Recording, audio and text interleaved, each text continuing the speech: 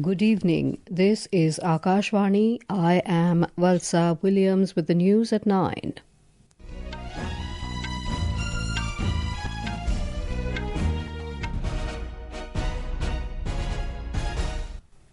The headlines. Enforcement Directorate files charge sheet against Congress leaders Sonia Gandhi, Rahul Gandhi and others in alleged National Herald money laundering case. Supreme Court sets 6-month deadline for trial in child trafficking cases. Prime Minister Narendra Modi speaks to his Danish counterpart Mette Frederiksen over telephone. Both leaders reaffirm their strong support for India-Denmark Green Strategic Partnership. Union Minister Nitin Gadkari sets goal for highway construction at 100 kilometres per day. IMD forecasts above normal Southwest Monsoon from June to September. Sensex and Nifty surge over 2% amid positive global cues following temporary tariff relief on electronic goods by the US. And in IPL T20 Cricket, Punjab Kings set a target of 112 runs before Kolkata Knight Riders in Chandigarh.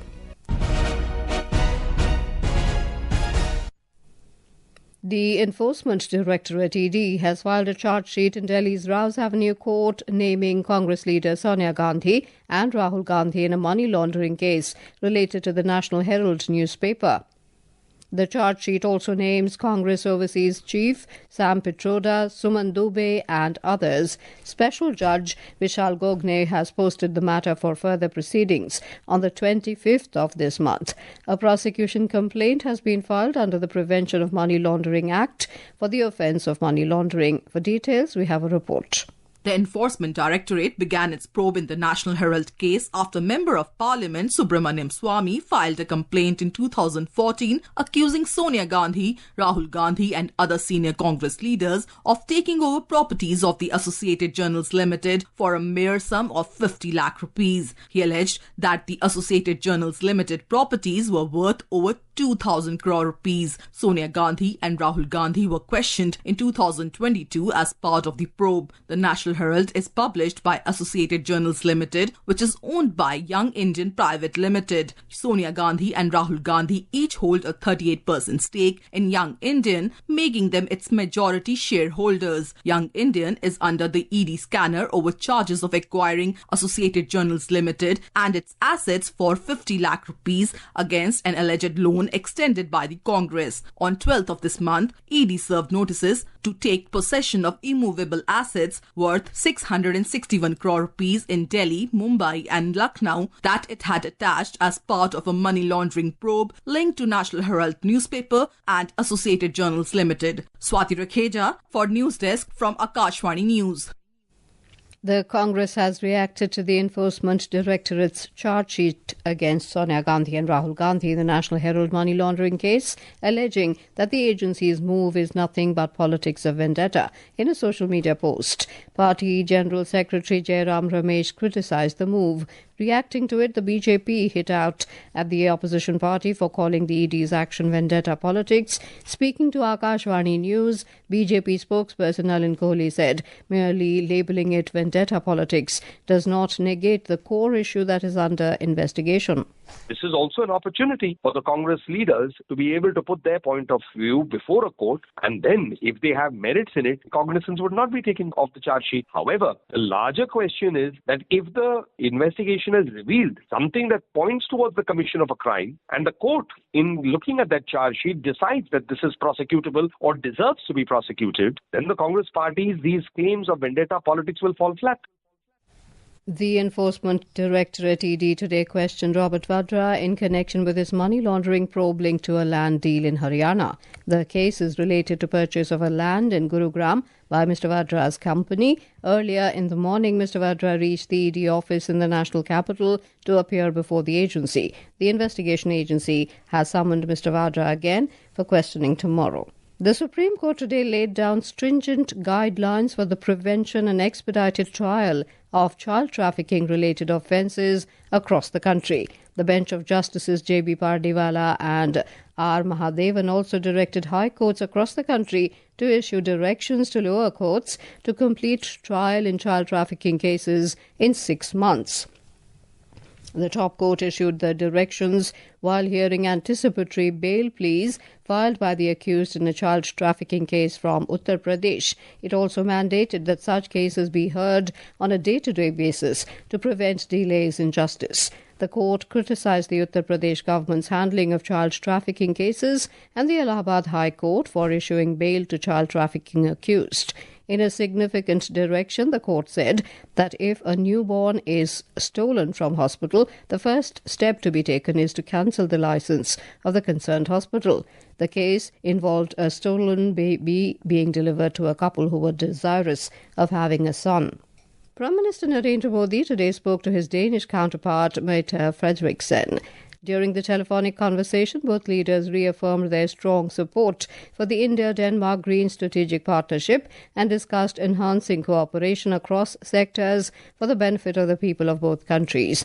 Recalling high-level exchanges between both countries ever since the launch of the Green Strategic Partnership in 2020, the leaders noted the expansion of the Green Strategic Partnership in various fields which have created favourable conditions for Danish investments in India to contribute to green transition. In a social media post, Mr. Modi said he and Ms. Frederiksen also discussed regional and global developments of mutual interest.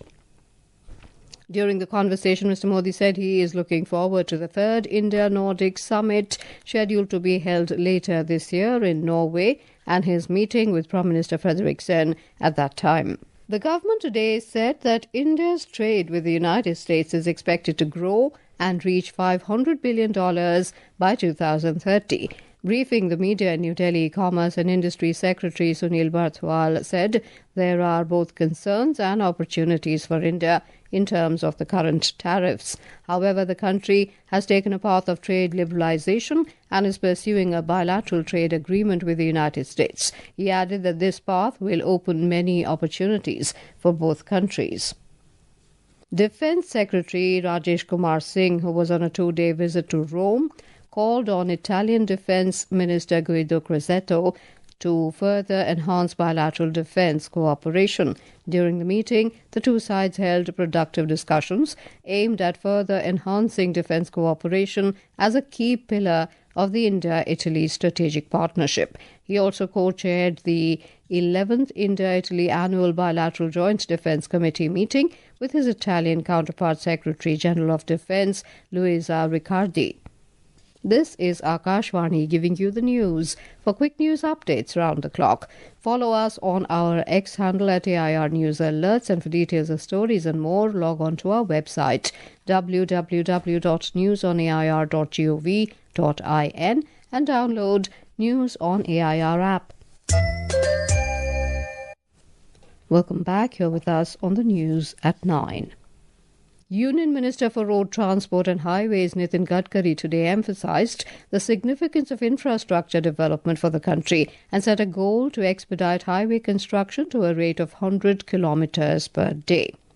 Addressing the All India Management Association's 10th National Leadership Conclave in Delhi, he stated that within the next 18 months, the country's road infrastructure will surpass that of the United States of America. अभी मैंने घोषणा की parliament में इसी session में कि हम 25,000 kilometre 2 to 4 लेन बनाएंगे और जो टेक्नोलॉजी की बात है वो बहुत इंपॉर्टेंट है. कॉस्ट ऑफ कंस्ट्रक्शन को कम करना और क्वालिटी ऑफ कंस्ट्रक्शन को इम्प्रूव करना और वेस्ट मटेरियल का यूज करना इको फ्रेंडली, इस पर हमारे एम्फेसिस है. मैं 100 किलोमीटर पर डे ये टारगेट रखकर काम कर रहा हूँ और जहाँ तक देश की बात है 1-1.5 साल में अमेरिकन नेशनल हाईवे से हमारे हाईवे अच्छे बनेंगे, ये मैं आपको विश्वास दिला सकता हूँ. Union Health and Family Welfare Minister J.P. Nadda asserted that providing affordable and quality health care to every poor person in the country is a top priority for the government. The minister was addressing the 5th convocation ceremony of the All India Institute of Medical Sciences, AIIMS, at Rishikesh in Uttarakhand today. Uttarakhand Chief Minister Pushkar Singh Dhami was also present on the occasion. The Union Health Minister and the Chief Minister also inaugurated various healthcare services on the occasion. We have more from our correspondent. In his address, Union Health Minister JP Nanda mentioned where at the beginning of the century India had only one AIIMS, today 22 AIIMS are operational across the country. He praised AIIMS Rishikesh for saving 309 critical patients via effective use of drone and helicopter services. He also added that by utilizing digital services like telemedicine, the institute has become one of the best in the country in delivering healthcare in remote and unserved areas of the state. He reiterated the government's commitment to providing world-class healthcare services to citizens. Sakshi Singh, Akashvani News, Dehradun. India's Hajj quota has been increased from 136,000 in 2014 to 175,000 in 2025. In a social media post, the Ministry of Minority Affairs said it is managing the arrangements through the Hajj Committee of India for over 122,000 pilgrims this year under the main quota. The ministry said all necessary preparations including flights, transport, Mina camps, accommodation and services have been completed as per the Saudi Arabian guidelines. India has strongly rejected the motivated and baseless comments made by Pakistan on the Waqf Amendment Act enacted by Parliament. In response to media queries regarding comments made by Pakistan on the Waqf Bill, MEA spokesperson Ranveer Jaiswal said Pakistan has no locus standi to comment on a matter that is internal to India. He said Pakistan would do better to look at its own abysmal record when it comes to protecting the rights of minorities instead of preaching to others. The India Meteorological Department IMD has said the Southwest Monsoon seasonal rainfall from June to September this year is likely to be above normal. IMD Director General Dr. Mrityunjay Mahapatra stated this while briefing media in New Delhi today. पूरी देश में 2025 के दक्षिण पश्चिम monsoon जून से सितंबर तक की ऋतुनिष्ठ वर्षा सामान्य से अधिक यानी 104% से लॉन्ग टर्म एवरेज का होने का संभावना है। Neutral एलिनो southern oscillation condition, neutral Indian ocean dipole, lower than normal snow cover area हमारे आने वाले मानसून सीजन के लिए फेवरेबल है और हम इस सीजन में एक एबो नॉर्मल सीजनल रेनफॉल एक्सपेक्ट कर रहे हैं और क्वांटिटेटिवली 105% है। The benchmark domestic equity indices today surged over 2% amid positive global cues following temporary tariff relief on electronic goods by the US and hopes for additional tariff exemptions for the auto sector. We have a report. The 30-share index at the Bombay Stock Exchange Sensex rallied 1,578 points to close at 76,735. The National Stock Exchange Nifty 50 rose 500 points to settle at 23,329. In the forex market, the rupee today strengthened by 28 paisa to close at 85 rupees and 77 paisa against the US dollar. In the Indian bullion market, 24-carat gold was trading at 93,390 rupees per 10 grams a short while ago. Sarabjit Kaur, Akashvani News. The Diamond Jubilee celebrations of Akashvani Hyderabad Kendra began this afternoon with Director General Akashvani and News Services Division, Dr. Pragya Paliwal Gaur, virtually unveiling the pylon to mark the momentous occasion. Addressing Akashvani Hyderabad officials and staff on the occasion, Dr. Pragya Paliwal Gaur said the shift of broadcasting technology from analog to digital transmitters has enhanced its broadcasting capabilities, and adoption of internet technology has expanded its reach and also enabled live streaming of various channels.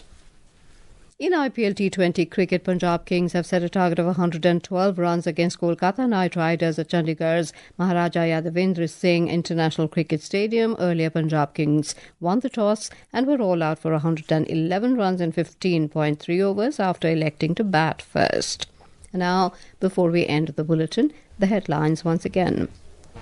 The Enforcement Directorate files charge sheet against Congress leaders Sonia Gandhi, Rahul Gandhi and others in alleged National Herald money laundering case.